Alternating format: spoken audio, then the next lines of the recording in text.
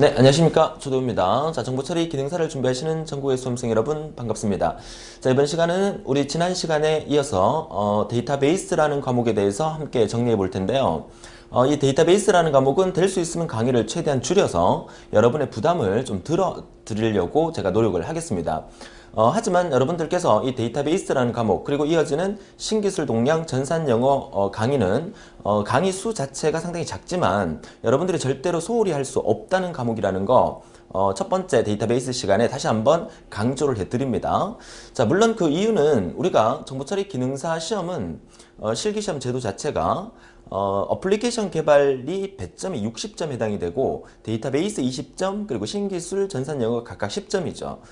꽈락이 없기 때문에 전체 100점 만점에 어플리케이션 개발에 60점을 모두 맞으면 나머지가 다 0점 처리되더라도 합격을 할 수 있다는 얘기입니다. 자, 그런데 알고리즘 60점이 이제 관로가 6개가 나온다면 한 개당 100점이 10점에 해당이 되죠.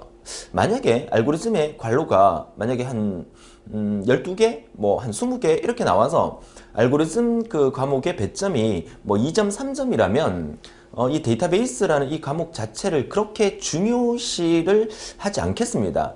역으로 생각하는 건데요. 무슨 뜻이냐면 알고리즘 문제가 한 문제가 틀렸다, 실수로 틀렸다. 그러면 전체 100점에 10점이 날아가 버리는 거죠. 그러면 데이터베이스나 전산영어 신기술 동향에서 그 10점을 커버를 해야 여러분들이 60점 이상으로 합격을 할 수 있다는 그런 결론이 나오는 겁니다. 자, 그렇다는 얘기는 10점의 분량을 데이터베이스에서 커버한다. 그러면 데이터베이스 문제는 전체 100점이 20점이다. 그럼 20점 중에서 절반 이상을 데이터베이스에서 맞춰줘야 된다는 얘기죠. 그렇다는 얘기는 데이터베이스라는 과목을 절대 소홀히 할 수 없다는 결론이 나오게 되는 거예요.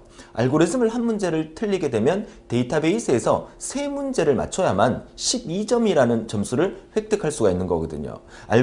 데이터베이스에서 만약에 두 문제를 맞췄다. 그러면 한 문제당 100점이 4점이기 때문에 데이터베이스는 전체 5문제가 나오죠? 배점이 20점이기 때문에 한 문제당 배점이 4점이란 얘기예요. 그러면 두 문제를 맞춘다 하더라도 8점밖에 획득을 할 수가 없는 거예요. 그쵸? 심각한 얘기 하니까 컴퓨터도 역시 심각한 반응을 지금 하고 있잖아요. 그죠? 자, 그러니까 우리는 알고리즘을 만점으로 합격하는 게 목표입니다. 하지만 실수가 나왔더라도 최종 목적은 알고리즘 만점이 아니라 합격하는 게 목적이잖아요. 그러면 알고리즘에서 한 문제를 틀렸다 하더라도 데이터베이스에서 세 문제는 맞춰줘야만 그 부분이 커버되면서 여러분들이 합격할 수 있다는 거야. 그러니까 이 데이터베이스 강의를 제가 중요하게 말씀을 드리는 부분이에요. 전체 강의 개수는 몇 개 안 됩니다만은 이 강의를 꼼꼼하게 챙겨 들어서 여러분들이 데이터베이스 때문에 합격했다. 물론 알고리즘 때문에 합격해야 되지만 데이터베이스 때문에 합격했다는 말을 들을 수 있을 정도로 여러분들이 준비를 좀 잘 해주셔야 된다고 데이터베이스 첫 번째 강의에서 강력히 주장하는 바입니다. 자, 그러면 이번 시간 공부할 데이터베이스 어떤 내용인지 이번 시간에는 학습 전략과 데이터베이스에 대한 개념 위주로 진행을 해드리도록 하겠습니다. 우선 첫 번째 화면을 보면 학습 내용은 이제 데이터베이스의 어떤 최근 출제 경향과 학습 방향 그리고 데이터베이스가 도대체 뭔지에 대한 개념 설명 드리고요. 본격적으로 이제 첫 번째 화면에서 데이터베이스의 학습 테마 형태를 일단 보여드리겠습니다. 우리가 알고리즘 강의, 어플리케이션 개발 강의 첫 번째 시간에서도 테마별로 뭐 알고리즘은 뭐 수학적인 테마, 배열 테마, 그리고 수열 테마 이렇게 테마별로 우리가 구분해서 우리가 정리를 했었잖아요. 데이터베이스도 출제될 수 있는 부분이 지금 이번 시간에 강의하게 되는 데이터베이스의 전체적인 개념과 그리고 무결성, 모델링, 정규화 그리고 스트럭처 쿼리 랭귀지라고 하는 SQL, DBMS 그리고 응용 데이터베이스까지 전체적인 테마를 6개의 테마를 제가 만들었는데 여러분 아시다시피 정보처리 기사나 산업기사 같은 경우에는 진짜 많은 지문을 통해서 데이터베이스의 전반적인 원리를 파악할 수 있느냐 형태를 묻는 문제이기 때문에 상당히 난이도가 있다고 볼 수가 있겠어요. 하지만 우리 정보처리 기능사에서는 단답형으로 문제가 나옵니다. 그러니까 뭐 어쩌고 저쩌고 해서 한 2줄 내지 3줄 정도의 문장을 적어 놓고 이게 무엇을 말하는 것입니까? 해서 단답형으로 뭐다 이렇게 답을 찾는 형태로 그렇게 문제가 나오기 때문에 데이터베이스 과목도 그렇고 신기술도 그렇고 전산영어도 그렇고 용어 위주로 많은 암기가 필요한 과목이다. 이렇게 말씀을 드려요. 그렇지만 무작정 이렇게 암기하는 것보다 흐름과 개념을 이해하고 들여다보면 좀 더 쉽게 그 용어를 정리할 수 있기 때문에 개념 위주로 제가 설명을 드리고 기타 필요하다 싶은 용어 같은 경우에는 우리 학습 자료실에다가 이런 용어들이 최근 시험 문제에 출제될 가능성이 있으니까 한 번 정도 읽어보고 외워야 될 거는 외워야 된다라고 제가 뭐 따로 그 답글을 달아드린다든가 그런 식으로 이제 학습 진도를 여러분에게 제공을 해드리도록 하겠습니다. 물론 데이터베이스 강의가 몇 개 안 되겠지만 이 강의 속에서 제가 설명드리는 내용은 거의 대부분이 시험에 자주 출제되는 용어이기 때문에 잘 정리해 두신다면 이것만으로도 충분히 데이터베이스는 20점 만점에 한 문제 틀리면 4점이 날아가는 거니까 한 문제는 실수로 틀린다고 봤을 때 16점 정도를 맞을 수 있도록 여러분이 해주시면 돼요. 자, 최종 목표는 뭡니까? 알고리즘 60점으로 합격하는 게 목표입니다. 그렇죠? 하지만 그 목표보다 더 선행돼야 되는 목표는 뭐다? 그렇죠? 정보처리 자격증을 합격하는 게, 취득하는 게 목적이다. 최종적으로 합격하는 게 목적이다. 합격하려면 60점을 맞아야 된다. 그럼 60점을 맞으려 그러면 알고리즘에서 실수로 한 개를 틀렸다고 가정했을 때 50점을 맞게 되면 데이터베이스와 신기술 전산영어에서 나머지 10점을 커버해줘야 된다. 그럼 데이터베이스에서 3문제 맞추면 12점이 커버되는 거니까 알고리즘에서 한 문제 틀리더라도 합격할 수 있는 거지만 데이터베이스에서 만약에 2문제를 맞췄다. 그럼 8점이 되는 거니까 신기술 전산영어에서 나머지 2점을 또 커버해야 된다. 자, 이런 여러 가지 그 전략이 나온다는 거죠. 물론 그 전략은 누가 세웁니까? 여러분이 세울 필요 없어요. 여러분은 고민을 최대한 덜어드리려고 제가 강의를 하는 거니까 제가 고민해서 강의를 해드리는 거죠. 그러니까 여러분들은 반드시 알고리즘, 데이터베이스, 신기술, 전산영어까지 강의를 다 들어주셔야 된다는 거.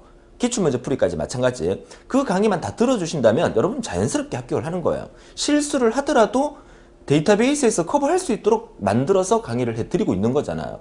근데 대부분 학생들은 이렇게 자기 혼자만 생각을 해요. 정보처리 기능사는 알고리즘만 만점만 합격이잖아. 데이터베이스 신기술 공부할 필요는 뭐 있어? 그래서 알고리즘 강의만 듣는다는 거야. 근데 알고리즘 강의만 들어서 합격할 수 있지만 실수라는 게 있잖아요. 그쵸? 그 유명한 그 야구 선수 중에서 미국에서 활약을 하고 했던 뭐 유현진 선수가 있다. 유현진 선수는 홈런 안 맞습니까? 그쵸? 홈런 맞습니다. 그쵸? 그러면 그 아주 우리나라에서 유명한 뭐 타자 중에서 뭐 이승엽이라는 타자가 있었다. 뭐 이승엽은 홈런을 많이 쳤지만 삼진 안 당합니까? 당합니다. 그죠? 홈런을 맞는 투수나 삼진을 당하는 타자, 유명한 타자나 투수가 있다는 거예요. 실수는 누구나 다 할 수 있다는 거예요. 여러분이 시험 치러 갔을 때 알고리즘에서 실수를 했다 그러면 그 실수를 만회할 수 있는 뭔가가 있어야 되기 때문에 반드시 데이터베이스, 신기술, 전산영어까지 강의를 다 들어달라는 거 부탁을 드리는 거죠. 이렇게 데이터베이스 첫 번째 시간에 이렇게 잔소리를 좀 하게 됩니다. 그죠? 오프라인 강의처럼 여러분이 제 앞에 있다 그러면 너 데이터베이스 공부 안 하면 너 알아서 해. 이렇게까지 얘기하고 싶을 정도로 중요하다고 말씀을 드리고 싶어요. 자, 그러면 데이터베이스 학습 테마를 자 이렇게 분류하면서 다음 시간에 이제 키와 무결성에 대한 부분을 얘기해 드리고 그 다음 시간에 뭐 모델링, 그 다음 시간에 정규화 이런 식으로 정리를 해드리면서 될 수 있으면 강의를 최대한 압축시켜서 여러분의 시간, 노고를 덜어드리기 위해서 노력을 하겠습니다.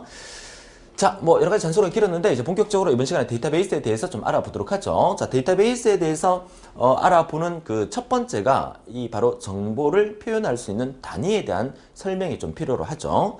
자, 정보를 표현할 수 있는 단위는 우리가 컴퓨터는 2진수로 이용을 해서 모든 데이터를 처리합니다. 우리 인간은 10진수를 많이 사용하지만 컴퓨터는 2진수로 데이터를 처리하죠. 그러면 컴퓨터가 처리할 수 있는 정보의 최소 단위를 우리는 비트라고 하죠.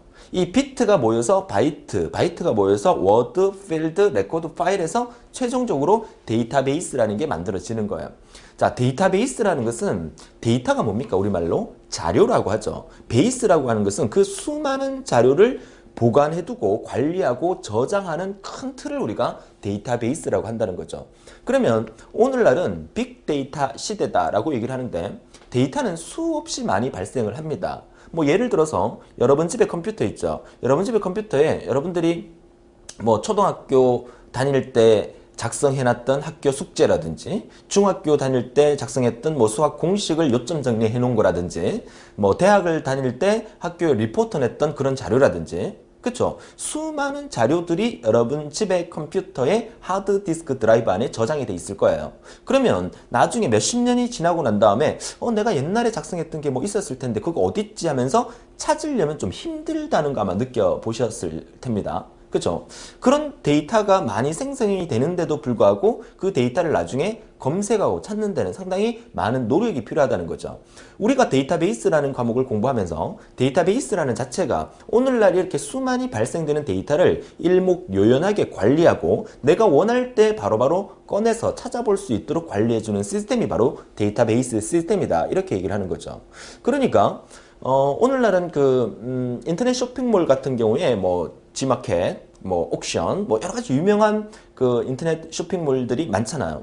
그 쇼핑몰들의 회원이 가입돼 있는 사람들은 엄청나게 많을 거 아닙니까? 여러분들도 예를 들어서 그 네이버라든지 우리나라에 이제 대표적인 네이버나 다음이나 이런 포털 사이트가 있어요.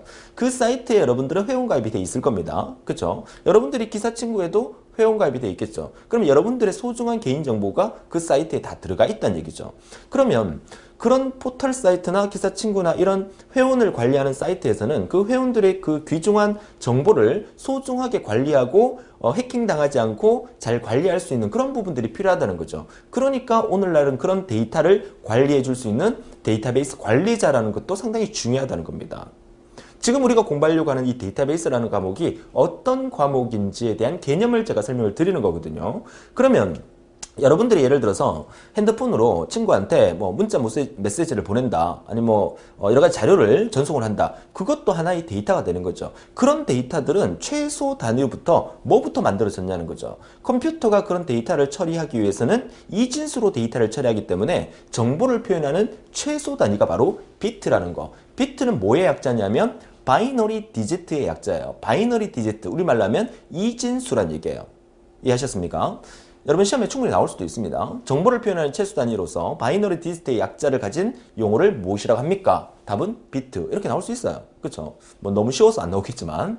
그래서 이 비트가 모여서 뭐가 된다? 바이트가 되고 바이트가 모여서 워드가 되는데 이 바이트라는 단위는 아까 비트는 뭐라 그랬어요? 비트라는 단위는 정보 표현의 최소 단위라고 그랬죠? 정보 표현의 최소 단위. 자, 비트라는 것은 한번 적어볼까요? 자, 정보를 표현하는 최소 단위다. 정보 표현의 최소 단위다. 자, 메모를 해주세요. 자, 비트는 정보를 표현할 수 있는 최소 단위다 라고 얘기한다면 바이트는 문자를 표현할 수 있는 최소 단위다. 이게 바로 바이트란 얘기죠. 문자를 표현한다. 자, 비트가 몇 개가 모여서 하나의 바이트가 되냐면 비트는 몇 개? 8개의 비트가 모여서 8비트가 모여서 하나의 바이트가 되고요. 그리고 비트와 바이트 사이에 니블이라는 단위가 하나 더 있습니다. 니블 이렇게 씁니다. 니블. 이 니블이라는 단위는 비트가 4개 모여서 4비트짜리를 하나의 니블이라고 얘기를 하고요. 그럼 결국 1바이트는 8비트라고도 얘기하지만 1바이트는 2니블이다 라고도 얘기를 할 수 있겠죠. 2니블이다. 자, 이해할 수 있겠습니까? 자, 바이트는 문자를 표현하는 최소 단위예요. 여러분이 핸드폰으로 텍스트, 문자를 이렇게 보내다 보면 한글 한 글자는 2바이트가 필요해요. 그러니까 한글 한 글자를 쓰는데 2바이트가 필요하고 영문이나 숫자는 한글보다 조금 날씬하잖아요. 그죠? 걔네들은 1바이트가 필요해요. 그러니까 문자를 구성할 때는 바이트라는 단위를 쓰고요. 이 바이트가 모여서 그러니까 뭐가 된다? 워드가 되는데 워드의 종류에는 크게 3가지가 있습니다. 워드는 단어를 의미하는 거죠. 기본적인 워드를 우리가 전 워드, 영어로 쓰면 풀 워드라고 합니다. 풀 워드는 4개의 바이트가 모여서 하나의 풀 워드를 이룬다라고 얘기를 합니다. 그러면 하프 워드라는 게 있어요. 하프 워드, 반 워드라고 하죠. 하프 워드는 2바이트를 묶어서 하프 워드라고 얘기를 하고요. 그 다음에 더블 워드라 하죠. 더블 워드, 2배 워드. 얘는 8바이트를 이제 더블 워드라고 얘기를 해요. 자, 워드의 단위는 문자를 표현하는 최소 단위인 바이트가 모여서 하나의 단어가 완성이 되는 워드라고 얘기를 하고요. 워드의 종류에는 하프 워드, 풀 워드, 더블 워드 3가지가 있다는 것도 메모해 두시고요. 자, 워드가 모여서 뭐가 된다? 필드가 되는 거예요. 필드는 다른 말로 우리가 어떤 항목이라고도 얘기를 하고요. 항목. 또는 영어로 하면 아이템이다 이렇게 얘기를 하고, 또는 열이라는 표현을 씁니다. 열 단위로 구성되어 있는 것을 우리가 field라고 얘기를 해요. 열 단위. 영어로 쓰면 컬럼이라고 하죠. COLUMN. 자, 영어로 쓰면 N입니다. N. 그죠? 열은 컬럼이라고 얘기를 하고요. 그럼 이런 열들이 모여서 하나의 자료가 형성이 되는데, 그걸 우리가 레코드라고 합니다. 자, 레코드는 행 단위를 나타내는 겁니다. 행 단위를 나타내기 때문에 영어로 쓰면 low라고도 표현을 했죠. low. 행 단위를 나타내는 거. 열과 행, 다시 말해서 이런 하나의 테이블이 생기는 거예요. 이렇게. 자, 여러분들이 만약에 어떤 인터넷에서 기사 친구에 회원가입을 했다. 그럼 여러분의 뭐가 있을 거예요? 아이디가 있을 거고, 여러분의 이름이 있을 거고, 여러분의 전화번호가 있겠죠. 그러면 아이디 A라는 학생의 이름이 홍길동이고 전화번호가 010이다. B라는 학생이 있을 거고요. 아이디가 이름이 누구누구고 전화번호가 010이다. 이렇게 형성이 됐을 때 이렇게 세로로 이렇게 하나, 둘, 셋 이렇게 된 걸 우리가 뭐라 부른다? 필드라고 부른다면, 필드가 모여서 하나의 데이터가, 자료가 완성이 되죠. 이걸 우리가 레코드라고 부른다 이렇게 얘기하는 거예요. 그쵸? 그러면 필드가 모여서 레코드가 되고, 이 레코드가 모여서 하나의 전체에 뭐가 된다? 얘가 우리가 파일이 된다 이렇게 얘기를 하는 겁니다. 파일. 지금 파일 시스템에서 얘기를 하는 거예요. 자, 파일이 모여서, 이런 파일이 여러 개가 모여서 큰 저장 장소에 담아두게 되면 우리가 하나의 데이터베이스가 만들어졌다 이렇게 얘기를 하는 거거든요. 자, 이해할 수 있겠습니까? 자, 그래서 우리가 이 수많은 데이터를 관리하기 위해서 이 데이터베이스에 대한 개념에서 이 정보 표현의 단위라는 것은 상당히 중요하기 때문에 시험에 나오든 안 나오든 간에 이 개념을 알고 지금부터 데이터베이스를 들여다 보셔야 여러분들이 데이터베이스를 이해하는데 큰 도움이 되겠다 해서 자, 이 얘기를 해드리고 있는 겁니다. 자, 그러면 다음 페이지를 통해서 이제 데이터베이스의 개념을 이제 본격적으로 알아보도록 하죠. 이미 앞서 얘기를 다 했습니다. 자, 우리가 오늘날 이 데이터베이스, 빅데이터 세상에 살면서 수많은 데이터를 관리하는 것은 상당히 중요하죠. 큰 그 회사, 기사친구로 예를 들게요. 자, 기사친구라는 회사 내에서는 수만 명의 회원들이 가입을 해서 강의를 듣고 있어요. 그럼 수만 명의 회원들이 가입을 해서 강의를 듣는다 그러면 수만 명의 회원 정보를 이 기사친구에서 메인 서버에 저장해두고 관리하고 있죠. 여러분들이 기사친구에서 전화를 하게 되면 여러분의 아이디와 또 이름을 물어보고 어떻게 되십니까 하면 여러분의 정보가 뜨면 여러분에게 여러분 정보에 맞는 답글과 또 상담을 해드릴 수 있도록 노력을 하고 있단 말이죠. 그러려면 외부에서 여러분의 개인정보가 새어나가면 안 되기 때문에 완벽한 보안이 필요하겠죠. 그렇죠? 그런 보안 장치들이 각 서버에 탑재가 돼서 여러분의 소중한 정보를 늘 지켜주고 있다는 얘기입니다. 자, 그런 얘기니까 이러한 것들을 우리가 정보 시스템이라고 한다 그러면 이 정보 시스템은 이 데이터베이스의 시스템은 기업이나 쇼핑몰이나 대학이나 정부나 은행이나 기사친구나 이런 여러 가지 어떤 그 인터넷 기업들이 이런 정보 시스템을 갖고 있다는 얘기죠. 그럼 이 정보 시스템을 소중하게 관리하려면 두 가지가 필요하죠. 그 첫 번째가 보안. 완벽하게 시큐리티하게 그 보안을 지켜줘야 된다는 얘기고요. 그 다음에 관리를 완벽하게 해줘야 된다는 거. 이게 데이터베이스의 개념이다 라고 보시면 되겠어요. 그렇죠? 수많은 데이터들을 관리하는 거. 그래서 관련된 데이터들의 모임이라고 얘기를 하고요. 지금 뭘 하고 있습니까? 데이터베이스의 개념에 대해서 정리하고 있습니다. 완벽한 관련된 데이터들의 모임을 얘기하고 조직체의 응용 시스템들이 공유해서 사용하는 운영 데이터들이 구조적으로 통합된 모임이다. 이렇게 얘기를 하고요. 시험에 가끔씩 잘 나옵니다. 옛날에 우리 그 필기 공부할 때 필기 시험에도 많이 나왔었죠. 운영, 통합, 저장, 공유 이 네 가지. 그쵸? 따로 별표 하나 해둘게요. 데이터베이스의 특징에서 중요한 거. 데이터베이스 기능, 데이터베이스 특징에 속하는 게 아닌 것은 이렇게 필기 시험에 많이 나왔는데 만약에 우리 실기 시험에서는 이제 단답형 주관식이니까 문제가 나온다 그러면 데이터베이스의 기능과 특징 중에서 운영 기능, 통합 기능, 저장 기능이 있는데 나머지 한 개는 무엇입니까? 이렇게 나올 수는 있겠죠. 그러면 답은 공유를 찾아서 마킹할 수 있도록 해주셔야 되겠죠. 운영, 통합, 저장, 공유 네 가지라는 거. 요거 반드시 외워두시고요. 자, 데이터베이스 개념을 통해서 우리가 왜 데이터베이스를 배워야 되는지, 데이터베이스는 어떤 일들을 중요하게 생각하는지 그런 부분에 대해서 이번 화면에서 정리를 해봤고요. 자, 이어서 파일 시스템과 데이터베이스 시스템을 구별하는 그 페이지인데요. 자, 이 페이지는 어떤 의미냐면 오늘날은 수많은 데이터가 발생이 되죠. 자, 데이터. 그러면 여기에 정보라는 말이 있고, 그 다음에 파일 시스템이 있고, 데이터베이스가 있는데, 정보라는 개념은요, 이 개념도 좀 알아야 되기 때문에 제가 부가 설명을 좀 드린다 그러면, 여러분들이 알고 계시는 데이터에 대한 개념과 또 정보에 대한 개념, 지금 데이터베이스에 대한 개념을 공부하면서 데이터를 알아야 되고 정보를 알아야 됩니다. 데이터하고 데이터베이스는 같은 말이 아닙니다. 데이터가 모여서 하나의 데이터베이스가 만들어지는 거죠. 그러면 우리가 데이터라는 말도 많이 쓰고 정보라는 말도 많이 쓰잖아요. 그러면 데이터와 정보의 가장 큰 차이점은 무엇입니까? 무엇이에요? 예를 한번 들어볼게요.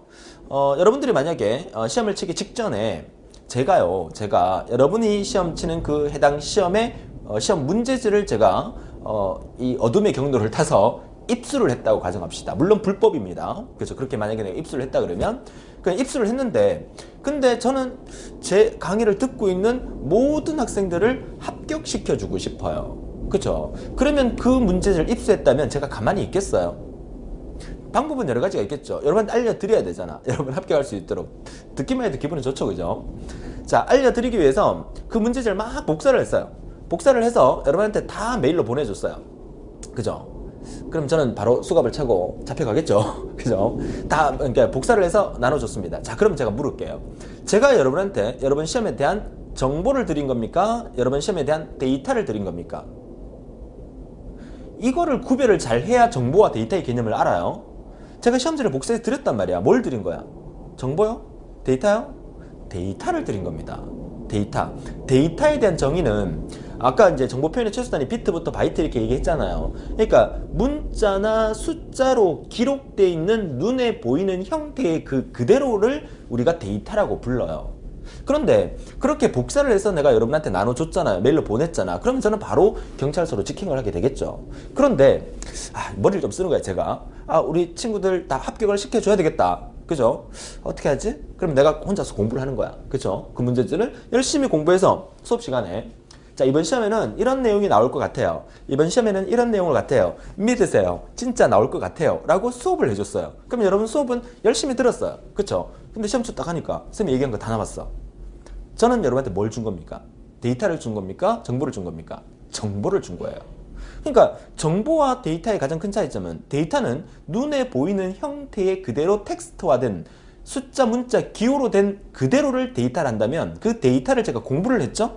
공부를 했다는 얘기는 가공하고 가공 처리했다는 얘기야. 가공 처리해서 눈에 보이지 않는 지식의 형태를 갖고 있는 거, 이걸 우리가 뭐라 부른다? 인포메이션, 정보라 그러는 거예요. 그러니까 오늘날은요, 자꾸 제가 빅데이터 시대를 얘기를 하는데 진짜 수많은 데이터가 이 세상에 깔려 있어요. 그쵸? 그 어떤 분이 지금은 아주 그 좀 나쁘게 됐지만, 어떤 분의 그 기업가 중에서 아주 성공한 사람이 있어요. 지금은 아주 그 나쁜 사람이 됐지만 누군지 아마 아실 겁니다. 그 사람의 자서전에 보면 세상은 넓고 할 일은 많다, 뭐 이런 얘기를 많이 합니다. 그러니까 세상은 넓고 할 일은 많다. 그 사람은 자서전에 보면 길 가다가 보면 깔린 게 돈이래요. 그쵸? 그러니까 저걸 이용하면 이 돈을 벌 수 있고 저걸 이용하면 이 돈을 벌 수 있다. 그런 것들이 자기 눈에 보이는 것들 다 뭐야? 데이터예요. 오늘날 우리 대한민국에서는 조금만 사고방식을 바꾸면 길 가다가 뿌려져 있는 그런 많은 데이터들을 수집해서 가공 처리해서 뭔가를 터뜨리게 되면 수많은 돈을 벌 수 있고 졸부가 될 수 있다는 얘기죠. 자, 이해할 수 있겠습니까? 근데 그 많은 데이터가 있는데도 불구하고 가공 처리하지 않으면, 제가 그 시험 문제지를 입수했는데도 불구하고 가공 처리해서 전달하지 않으면 정보가 될 수 없다는 거죠. 오늘날 정보화 시대는 그런 데이터를 누가 더 완벽하게 가공 처리해서 정보화 시킬 수 있는지, 그래서 오늘날 시대를 무슨 시대를 한다? 정보화 시대라고 한다라고 얘기를 하는 거죠. 그쵸?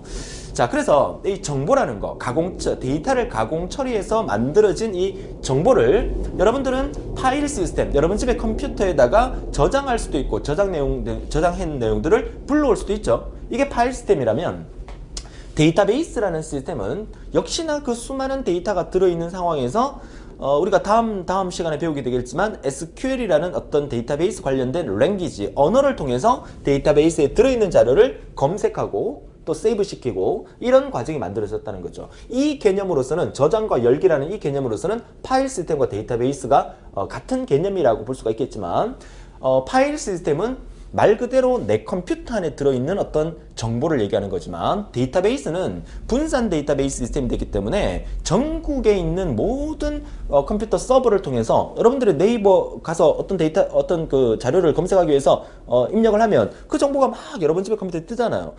데이터베이스 시스템이 구축되어 있기 때문에 가능한 일이죠. 그쵸? 조금 작은 규모라면 엄청나게 큰 규모다. 이렇게 구별을 해주시면 되겠다는 얘기죠. 그쵸? 자, 내용 한번 읽어볼게요. 파일 시스템은 별도의 구입 비용 없이 사용 가능하고 속도가 빠르죠. 왜? 내 컴퓨터에 있는 내용을 그대로 가져오는 거니까. 그렇다면 데이터베이스는 독립성이 있고요. 중복의 최소화, 무결성, 공유, 보안성을 통해서 내 컴퓨터에 없는 내가 알고자 하는 어떤 지식에 대한 내용까지도 검색해서 내 컴퓨터로 가져올 수 있게끔 만들어 놓은 시스템이다. 이게 데이터베이스라는 거죠. 그쵸? 서로 연관된 정보의 중복을 최소화한다. 데이터베이스 시스템은 가장 큰 특징 중에 하나가 중복을 최소화시키는 게 상당히 중요해요. 중복을 최소화하는 이유는 뭡니까? 그래야만 내가 원하는 정보를 바로바로 찾을 수 있죠. 여러분들이 기사 친구에 전화를 했어요. 전화를 해서 뭐 이렇게 그 불편한 상황이 있는데 해결해 주세요 라고 전화하니까 기사 친구 직원이 뭐라고 합니까?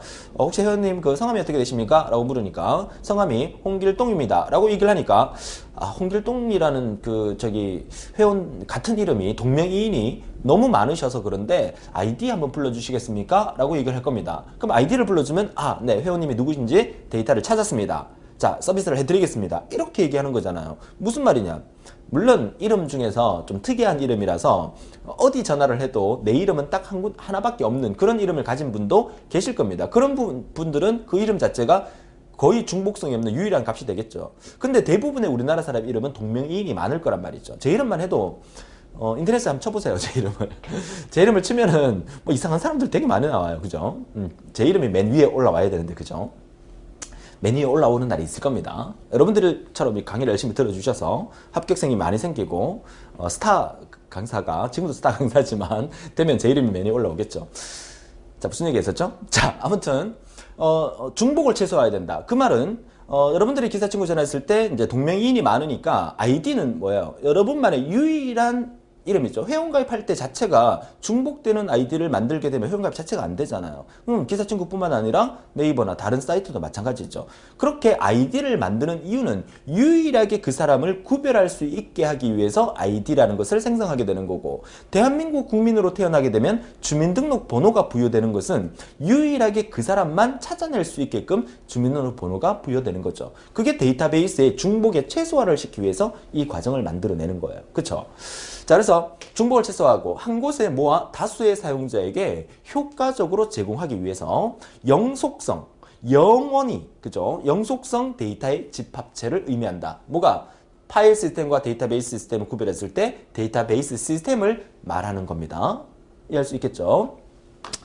자, 좋아요. 자, 이번 페이지에서 파일 시스템과 데이터베이스 시스템을 구별했고요. 이어서 우리가 봐야 될 게 데이터베이스 매니지먼트 시스템이다. 데이터베이스 매니지먼트 시스템 DBMS 데이터베이스 관리 시스템이다. 자, 이 DBMS라는 이 데이터베이스 관리 시스템 여러분 시험에 거의 매번 출제되고 있는 겁니다. 아마도 그 상설 검정은 1년에 실기 시험은 12번이 있습니다. 정기 시험이 4번이 있고요. 총 여러분들이 1년 동안 정보처리 실기 시험을 칠 수 있는 것은 총 14번 16번의 시험을 칠 수가 있죠. 그 16번 중에서 한 5번은 나올 것 같아요. 뭐가? DBMS라는 의미가. 그만큼 중요하다는 얘기죠. 별표 3개 하세요. DBMS.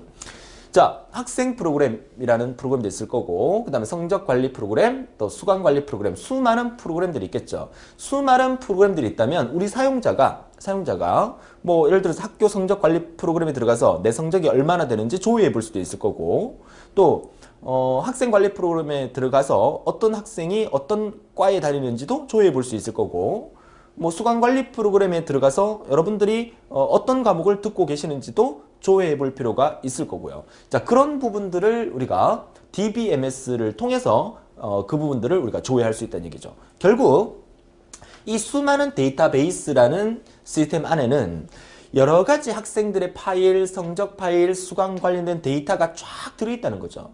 이 데이터베이스 저장 창고가 기사 친구의 메인 서버라면 메인 서버 안에 여러분들의 이런 정보들이 들어있다는 거죠. 그쵸? 그럼 외부에서 여러분들은 이런 프로그램을 통해서 이런 프로그램을 통해서, 물론 여러분뿐만 아니라 데이터베이스 관리자도 이런 프로그램을 통해서 여기 있는 데이터를 검색하게 한단 말이죠. 그 중간에 누가 있느냐면 데이터베이스 관리 시스템이라는 게 있어요. 얘는 기계적인 게 아니라 소프트웨어적인 겁니다. 프로그램입니다. 그죠? 이 데이터베이스 관리 시스템이 정보를 쉽게 검색할 수 있게 해준다. DBMS가 문제가 나온다면 데이터베이스 관리 시스템으로 사용자나 여러 가지 프로그램, 응용 프로그램들이 데이터베이스를 쉽게 접근할 수 있도록 도와주는 소프트웨어 형식의 프로그램을 무엇이라 하는가? 그게 DBMS다. 이렇게 시험 문제 나올 거예요. 자, 정리 한번 해볼까요? 자, 데이터베이스 생성과 관리하는 담당하는 소프트웨어 패키지가 DBMS고요. 그 DBMS 안의 기능에는 정의 기능, 조작 기능, 제어 기능이라는 게 있다는 겁니다. 그러니까 이 DBMS라는 소프트웨어적인 이 시스템을 가지고 나중에 우리가 SQL이라는 데이터베이스 랭귀지를 통해서 정의어, 조작어, 제어어를 통해서 데이터베이스 시스템 안에 있는 여러 가지 데이터를 꺼내고 고치고 뭐 수정하고 삭제하고 이런 일들을 우리가 하게 되는 거죠. 데이터베이스 시스템 DBMS라는 정의 반드시 정리해 두시기 바라요. 자, 이어서 이제 데이터베이스 스키마라는 용어인데요. 이 스키마라는 용어, 우리말로 쓰게 되면 스키마인데 여러분 시험에 나올 때도 스키마 이렇게 나올 겁니다. 영어로도 나오겠지만 이렇게 스키마 이렇게 나올 겁니다. 스키마. 자, 스키마. 어떤 구조나 체계 또는 어떤 뭐 틀, 뭐 이런 말을 나타냅니다. 데이터베이스를 구성하고 있는 어떤 구조다. 체계다, 틀이다. 이걸 우리가 스키마라고 하죠. 자, 이 스키마는 결국 최종 사용자 여러분들입니다. 이 최종 사용자는 여러분들일 수도 있고 또 뭐 기사 친구의 직원들일 수도 있어요. 왜? 데이터베이스 서버에 접근해서 그 내용을 봐야 되니까 접근하는 사람이죠. 최종 사용자 엔드 유저라 합니다. 엔드 유저가 외부의 어떤 뷰라고 하는 것은 우리가 다음 시간에 아마 그 용어로서 설명을 드리겠지만 가상 테이블이에요. 가상 테이블. 그러니까 뷰라고 하는데 테이블에 대한 개념을 다시 한번 나중에 우리가 정리를 하겠지만 테이블이라는 것은 이렇게 생긴 거예요. 이렇게 아까 보여드렸던 거 예를 들어서 아이디, 성명, 전화번호 이렇게 해서 뭐 A라는 아이디를 가진 사람의 이름이 홍길동이고 전화번호가 010이다 해서 쭉쭉쭉 이렇게 데이터가 들어있을 거 아니에요. 지금은 이제 요약해서 보내드리는 거지만 이 데이터가 몇 개쯤 될까요? 이 자료가 우리나라의 그 가장 큰 포털 사이트인 네이버를 예를 들어볼까요? 자, 네이버의 이 회원 가입자 수는 얼마나 될까요? 지금 제 강의를 듣고 있는 분들 중에서 혹시 네이버에 회원 가입이 안 돼 있으신 분 손 들어보세요. 제가 다 보입니다. 한 명도 없네요. 그죠? 우리나라 인구가 5천만 명이라면 진짜 컴퓨터를 안 쓰는 할머니, 할아버지나 아니면 그 갓 태어난 애기들을 제외하고는 대부분이 여기에 회원가입이 다 돼 있을 겁니다. 그러면 적어도 4천만 명 이상이 회원가입이 되어 있다는 얘기죠. 그러면 이거 4천만 명이 말이 4천만 명이지 그 데이터가 얼마나 많습니까? 네이버의 주 컴퓨터 서버에 이 데이터가 4천만 명이 있다는 얘기잖아. 그럼 이 데이터를 관리하려고 그러면 얼마나 많은 인력과 얼마나 많은 컴퓨터 시스템이 동원돼야 되겠습니까? 여러분들이 여기 들어가서 로그인하잖아. 그럼 아이디와 패스워드 입력하고 로그인하는 순간 여러분 이름이 탁 뜨면서 로그인이 탁 되잖아. 그럼 4천만 명 중에서 아이디와 패스워드를 딱 넣는 순간 이 4천만 명의 이 테이블을 막 뒤져서 여러분 거를 탁 튀어나오게 해준다는 얘기잖아. 엄청나게 빠른 속도로. 그쵸? 그것을 우리가 정보처리라는 과목을 공부하기 이전에는 그냥 상상 안 했어요. 그냥 뭐 아이디 패스워드 입력하면 내 이름 뜨는구나 이렇게만 생각했지. 근데 그게 실제로 생각해보세요. 본사가 어디 있습니까? 여러분 잘 알고 있는 다음이라는 회사, 그쵸? DAUM, 다음이라는 회사의 본사는 제주도에 있어요. 그쵸? 네이버 회사의 본사는 서울에 있고, 물론 제가 이 강의를 끝나고 난 다음에 본사가 옮겨질 수도 있습니다만은, 자, 제주도에 있단 말이야. 그러면 다음이라는 그 한 메일을 이용하기 위해서 여러분들이 아이디와 패스워드를 딱 입력해서, 그러면 여러분의 이름이 여러분 컴퓨터에 딱 뜨잖아. 그게 순식간에 여러분이 입력한 아이디와 패스워드가 인터넷 전송로를 타고 제주도까지 날아갔다가 제주도에서 데이터베이스 이 서버를 막 뒤져서 여러분 거를 찾아서 여러분 집에 컴퓨터에 탁 띄워준다는 얘기야. 그게 불과 0.00 몇 초 만에. 상상해 보셨습니까? 오늘날 우리나라 이 IT, 오늘날 이 컴퓨터, 인터넷 이 시대는 우리가 상상하지 못할 엄청난 일들이 벌어지고 있는 그런 시대란 말이죠. 그쵸? 그쵸? 재밌지 않습니까? 그죠? 자, 이런 형태를 우리가 뭐라고 부른다? 이걸 우리가 데이터 테이블이라고 부른다. 테이블. 그죠? 그러니까 외부에 있는 뷰, 그러니까 외부에 있는 이런 테이블에 이제 그 본사에 있는 주 컴퓨터에 있는 이 테이블을 가상화시켜서 만든 외부 테이블, 외부 뷰가 있어요. 그 뷰를 통해서 개념적인 어떤 구조로 접근을 하고 그 다음에 내부적인 구조로 접근해서 최종 저장된 데이터베이스에 접근하게끔 만들어주는 어떤 구조를 우리가 스키마라고 하고 그 스키마의 종류에는 개념 스키마와 내부 스키마로 두 가지로 일단 구별한다. 이렇게 보는 겁니다. 자, 데이터베이스의 구조와 제약 조건에 대한 명세에서는 외부 스키마, 개념 스키마, 내부 스키마 세 가지로 구분하고요. 여기는 외부 뷰 쪽이 이제 외부 스키마가 되겠죠. 그러니까 외부 스키마와 또 개념 스키마와 내부 스키마의 어떤 구조의 틀을 통해서 데이터베이스에 저장된다 라고 얘기를 합니다. 자, 구체적인 외부 스키마, 개념 스키마, 내부 스키마는 나중에 용어 정리 때 한 번 더 보여드리도록 하겠습니다. 개념만 이번 시간에 이해를 해주세요. 자, 이어서 이제 앞에서 공부했던 내용들을 가지고 이제 토탈시켜서 이제 큰 그림을 그려봤는데 이게 이제 데이터베이스 시스템입니다. 자, 최종적인 사용자, 여러분들 얘기하는 거고 프로그래머, 그 데이터베이스 관리자들, 우리 집합 그 회사 속에서 이제 전산 시스템을 관리하는 사람이겠죠. 프로그래머. 자, 이런 사용자나 프로그래머들이 응용 프로그램이나 또 SQL문, 지리어를 통해서 명령을 내립니다. 그죠? 명령을 내리면 DBMS라는 이 관리자, 도움 주는 데이터베이스 관리 시스템이 프로그램을 지리를 처리하는 소프트웨어를 통해서 저장된 데이터에 접근하는 소프트웨어를 통해서 이 두 가지를 통해서 이 데이터베이스의 자료를 가져와서 이 사람한테 보내주고 저장하고 보내주고 저장하고 이 과정이 반복되고 있다는 얘기죠.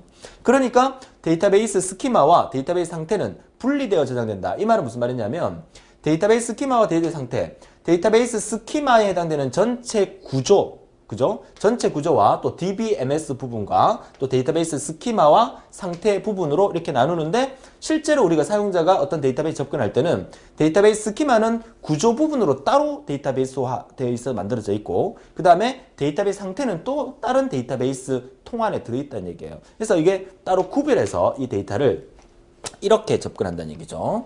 자, 이렇게 접근하고 이렇게 접근해서 내가 원하는 데이터를 손쉽게 가져오게 만들어 준다는 거예요.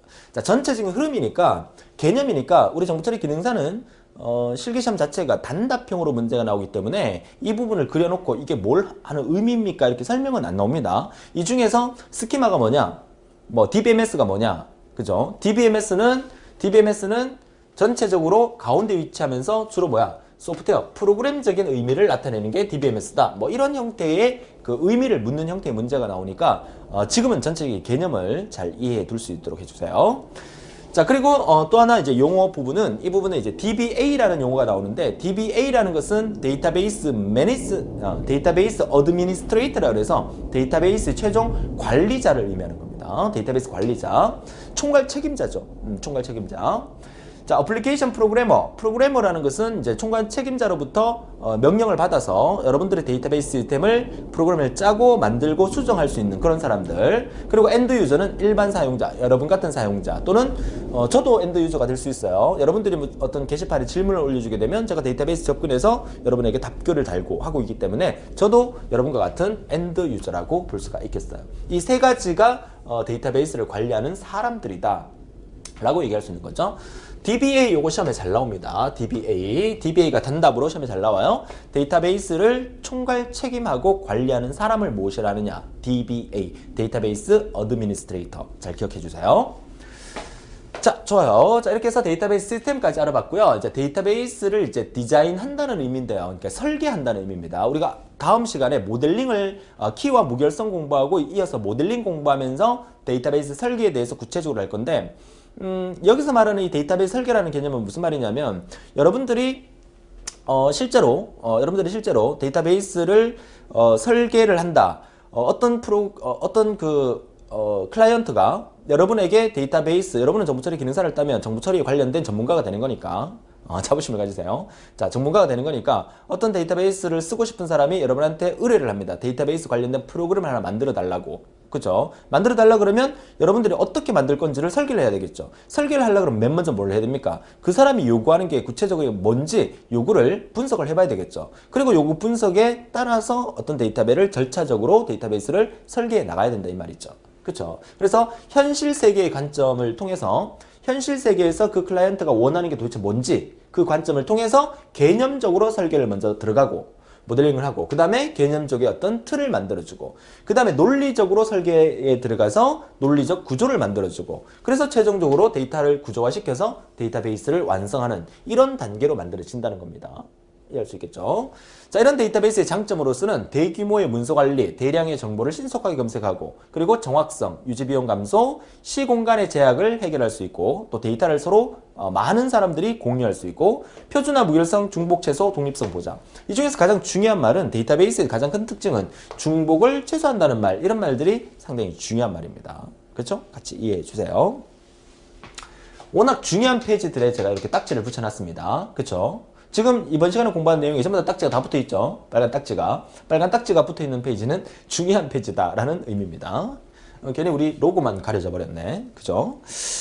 자, 이어서 다음 페이지 보도록 할까요? 자, 다음 페이지 보시게 되면 자, 데이터베이스 역사 부분, 사실 이 부분은 시험에는 거의 안 나오지만 이번 첫 번째 시간이니까 데이터베이스가 어떻게 해서 이제 생겼느냐, 그 역사에 대한 얘기죠. 우리가 지난 필기 공부할 때는 이런 얘기를 했었죠. 우리가 컴퓨터를 공부하고 있으니까 세계 최초의 컴퓨터가 뭐냐, 이 정도는 우리가 알고 있어야 된다. 세계 최초의 컴퓨터가 ENIAC이다. 또 프로그램 내장 방식으로는 EDSAC이다. 이런 얘기를 필기 시험에 거의 잘 안 나옵니다만은 그 얘기를 해드리는 이유는 우리가 지금 공부하고 있는 게 컴퓨터이기 때문에 세계 최초의 컴퓨터는 뭔지는 알고 있는 게 상식적인 거고요. 이 데이터베이스의 역사 부분도 우리 시험에는 잘 안 나오겠지만 기본적으로 우리가 데이터베이스를 공부한다면 이 정도는 우리가 한번 읽어볼 필요는 있어서 제가 화면으로 구성을 했습니다. 보세요. 1963년도에 이런 데이터베이스 만들어졌고요. 제너럴 일렉트릭사, 냉장고 만드는 가장 유명한 회사였죠. 지금도 전 세계적으로 이 제너럴 일렉트릭사가 엄청난 기업으로 지금 성장하고 있죠. 여기서 이제 인터그레이티드 통합 데이터 스토어가 만들어졌다는 거죠. 이게 시초가 됐었고요. 이어서 1965년도에서는 코다3라는 것의 하위 그룹인 DBTG에 의해서 최초의 표준화가 시도되었다는 거. 그냥 한번 읽어만 보세요. 그죠? 최근 데이터베이스가 사용되는 분야는 뭡니까? 유전자 정보, 그쵸? 지리 정보, 이동용 데이터베이스. 다 가슴에 와닿지 않습니까?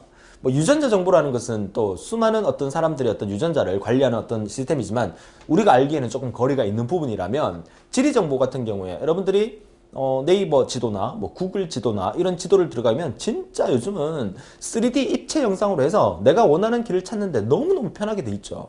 그쵸? 자, 이런 것도 하나의 데이터베이스로 구축해서 만들어진 거였고요. 이동형 데이터베이스 같은 경우에 내비게이션도 이동형 그 데이터베이스가 될 거고, 또 여러분이 그 스마트폰을 들고 다니면서 사용하는 모든 것들이 전부 다 이동형으로 데이터베이스화 시켜서 사용 가능한 형태의 시스템이다라는 얘기겠죠. 용어가 시험에 자주 등장하는 게 이 데이터 마이닝, 데이터 웨어하우싱, 그리고 데이터 마트. 자, 이런 부분들이 이제 시험에 종종 잘 나오기 때문에 이 데이터베이스에서는 이제 이 데이터 마이닝, 지식이 들어있는 어떤 창고를 의미한다 그러면 데이터 웨어하우스는 통합적 환경에 관련된 얘기, 그리고 부서 중심의 데이터 웨어하우스가 데이터 마트라고 얘기를 합니다. 이게 이제 요 의미를 간략하게 제가 적어 놓은 건데 좀 떨어졌습니다. 그죠? 요 의미를 제가 간략하게 적어 놓은 겁니다. 이런 용어들도 나중에 용어 정리 때 한 번 더 보여드릴 겁니다. 데이터 마이닝, 데이터 웨어하우싱, 데이터 마트의 용어도 시험에 단골로 잘 나오는 부분이에요. 별표 하나 해두도록 하겠습니다. 그쵸?